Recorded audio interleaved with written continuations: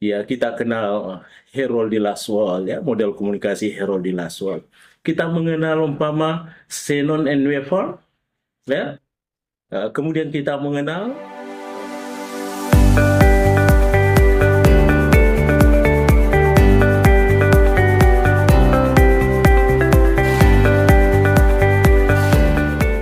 Assalamualaikum warahmatullahi wabarakatuh.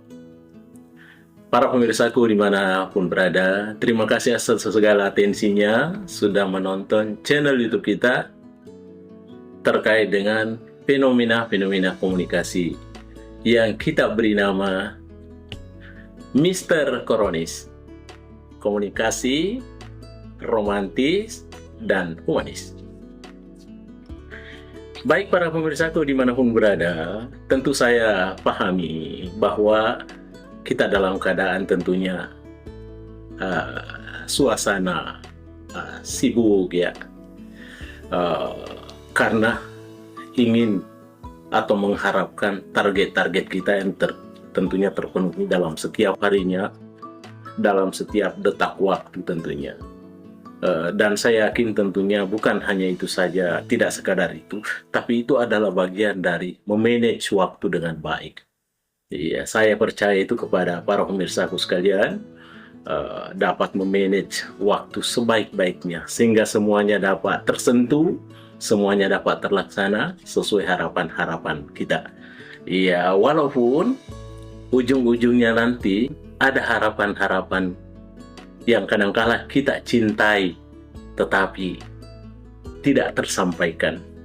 Iya, kita harus yakini juga bahwa cinta tidak selamanya dimiliki. Iya, tetapi cintailah apa yang sudah kita miliki. Iya, baik para pemirsaku sekalian dimanapun berada, sebagaimana yang saya ketengahkan bahwa tentunya kita tidak pernah lepas daripada persoalan-persoalan komunikasi. Sampai kita tentunya mengenal ada namanya teori-teori komunikasi. Saya pernah ketengahkan bahwa teori-teori komunikasi itu tentunya tidak ada bedanya dengan teori komunikasi yang diajarkan dalam negeri dan tentunya teori komunikasi yang diajarkan di luar negeri sana. Yang membedakan itu adalah bagaimana kita mencapai teori-teori itu dengan disuguhkan oleh guru-guru kita, kadangkala dengan perlakuan yang berbeda. Dan kadangkala juga kita punya cara-cara yang berbeda untuk mencapainya. Yang pasti bahwa tujuan utamanya adalah bagaimana agar teori-teori itu tentunya mampu kita pahami, tentunya yang terkait dengan persoalan-persoalan komunikasi. Di samping teori komunikasi tentu ada juga kita kenal yang namanya model-model komunikasi. Ya, tentu kalau kita baca bukunya cukup banyak terkait dengan model-model komunikasi. Seperti tentunya model komunikasi menurut Aristoteles ada. Ya, beliau merangkum menjadi 3 unsur utamanya. Ya, kita kenal Harold di Laswell, ya, model komunikasi Harold di Laswell. Kita mengenal umpama Shannon and Wafer, ya. Kemudian kita mengenal komunikasi, ya, model komunikasi menurut Scrum, ya, dan ada pun yang lainnya ya seperti David Caberlo, ya, David Caberlo dan tentunya dan seterusnya, masih banyak lain. Tapi pada kesempatan ini Bapak Ibu sekalian, saya tentunya tidak berbicara dengan Aristoteles dan sampai David Caberlo tadi, ya, pakar-pakar komunikasi. Tapi saya mau mengenalkan satu model komunikasi yang sederhana. Kalau tadi kita berbicara tentang orang-orang dari mancanegara, makanya saya akan mengenalkan satu model komunikasi yang merupakan produk dari dalam negeri. Iya, putra pribumi. Iya, saya beri nama model komunikasi Arcelo. Iya, apa itu model komunikasi Arcelo? Arcelo itu artinya terdiri dari 6 huruf. Berarti model komunikasi ini dibangun oleh 6 unsur yang utama. Model komunikasi Arcelo ini adalah satu model komunikasi yang sifatnya bottom up. Artinya, model komunikasi ini yang pada umumnya diawali dengan sumber atau source atau sender, Tetapi justru dalam model komunikasi ini diawali dengan huruf A.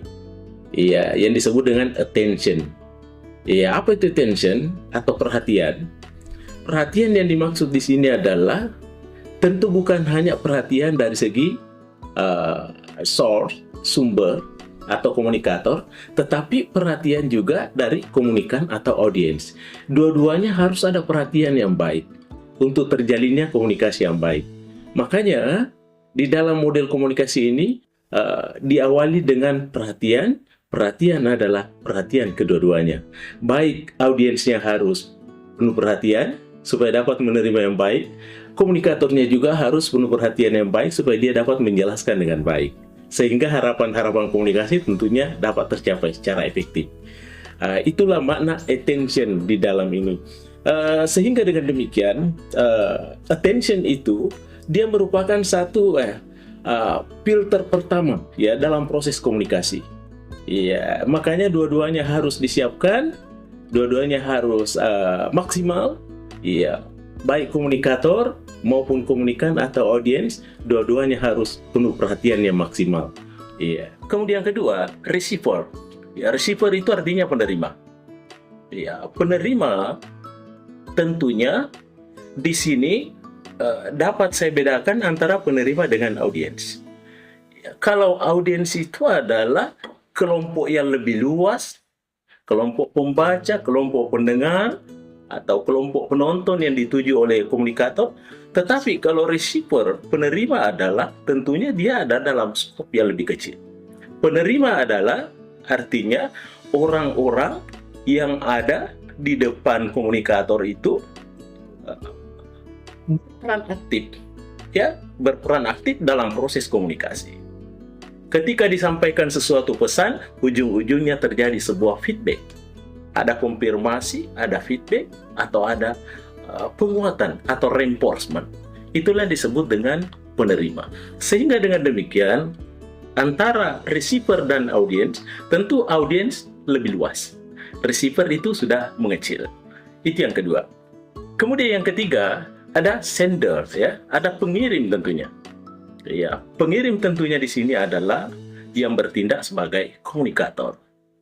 Ya, pengirim itu boleh jadi dia sebagai sosok individu, boleh jadi dia merupakan sebuah kelompok, atau dia organisasi. Ya, boleh jadi dia di sebuah institusi, ya. Yang penting pengirim ini tentunya adalah dia memiliki sebuah ide, memiliki sebuah pemikiran tentunya, atau informasi. Bagaimana dia bisa menyusun, bagaimana dia bisa mengkode pesan-pesan itu sehingga mudah dipahami.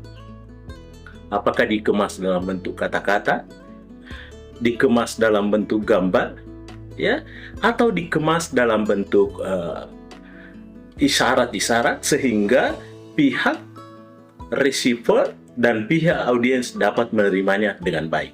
Itu yang ketiga. Kemudian keempat, ya, model komunikasi Arcelo yang keempat ini tentunya adalah huruf E. E itu artinya encoding. Ya, apa itu encoding? Encoding itu artinya pengodean.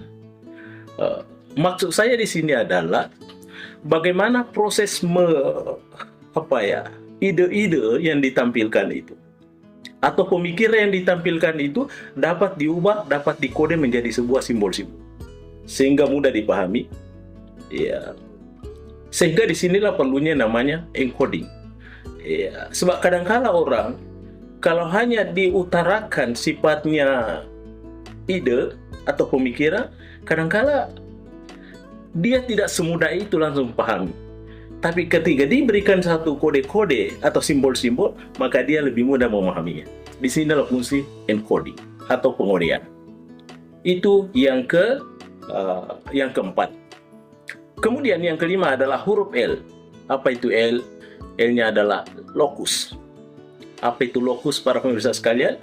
Lokus itu dia terkait dengan konteks. Artinya, proses komunikasi itu dapat menjadi efektif karena dia disampaikan tentunya dalam lokus yang tepat. lokus yang tepat sama juga dengan konteks yang tepat. Di mana itu disampaikan itu? Apakah betul-betul pesan-pesan itu disampaikan kepada orang-orang yang membutuhkan? Apakah pesan-pesan itu ditujukan kepada orang-orang yang memang pantas menerimanya? Sehingga dengan demikian tentunya terjadi penerimaan yang maksimal. Karena antara konten dan konteks selalu disesuaikan, dikolaborasikan. Ya, bagaimanapun hebatnya sebuah pesan, ya, konten, tapi ketika tidak didukung oleh konteks, ya, diberikan kepada orang yang tidak tepat, diberikan kepada tempat yang tidak nyaman, maka tentunya harapannya tidak sampai maksimal. Makanya lokus, konteks itu perlu. Itu yang kelima. Ya, sedangkan huruf yang terakhir itu adalah O. Ya, huruf yang keenam adalah O, adalah objek. Ya, objek itu artinya adalah pesan atau message. Ya, bagaimana model pesan ini? Model pesan ini tentunya adalah bisa berarti hubungan antara orang satu dengan orang lain. Ya, hubungan antara individu satu dengan individu lain. Bisa juga pesan ini bermakna sosial. Bagaimana itu pesan yang bermakna sosial? Tentu pesan-pesan ini bagaimana dikemas antara dari kelompok satu ke kelompok lain, dari kelompok satu ke kelompok masyarakat, ya, yang tentunya lebih luas, sehingga sasaran-sasaran akhir pesan itu bisa sampai dengan baik.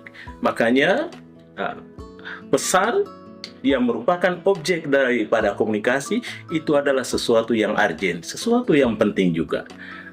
Harus kemasannya bagus, pesan-pesan itu harus disusun dengan baik, didesain dengan baik, dan tentunya dapat diterapkan melalui sistem atau channel yang baik, sehingga bisa sampai kepada komunikan, bisa sampai kepada audiens, dan bisa sampai kepada receiver dengan baik. Baik para pemirsa sekalian dimanapun berada, saya berpikir bahwa inilah satu model komunikasi yang disebut dengan model komunikasi Arcelo. Yang pertama itu adalah huruf A-nya attention atau perhatian.